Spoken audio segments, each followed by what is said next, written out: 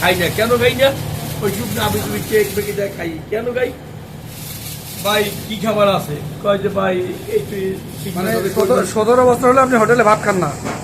ভাই খাই না। আচ্ছা, এখন ভাই জান এই অনেক কিছু আছে খাই যাই দেয় কি একটা ইন্দু এই বিলের মতো মোটা লেঙ্গুতে জাগিয়ে রয়েছে জাগিয়ে রয়েছে এখন আমি বললাম ভাই এটা কি ভাই আপনি ফিরি খাইয়েছেন আমার কাস্টমার আসতে বলছেন না মানে খাবারের মধ্যে ইঁদুর?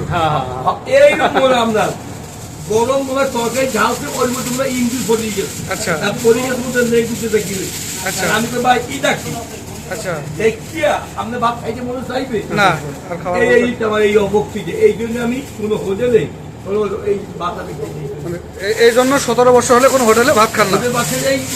শুধু এই কারণে যে গরম আমি খাইতে যাই ওই দিকটা আমার মনে পড়িয়ে যায় বুঝলেন এই কারণে আচ্ছা আচ্ছা না ঠিক আছে, আপনার কারণটা ঠিক আছে, মনে পড়ে যে এইভাবে হইতে পারে। এই যে তো তখন একটা মানে অপত্তি এই জন্য ঢাকায় আমি রওনা দিছি আমি রুটি কলা খাইলাম বা পরোটা ডিম দিয়ে খাইলাম কিন্তু ওই ভাত খেতে যাই ঠিক আছে বুঝতে পারছি। আর কিছু না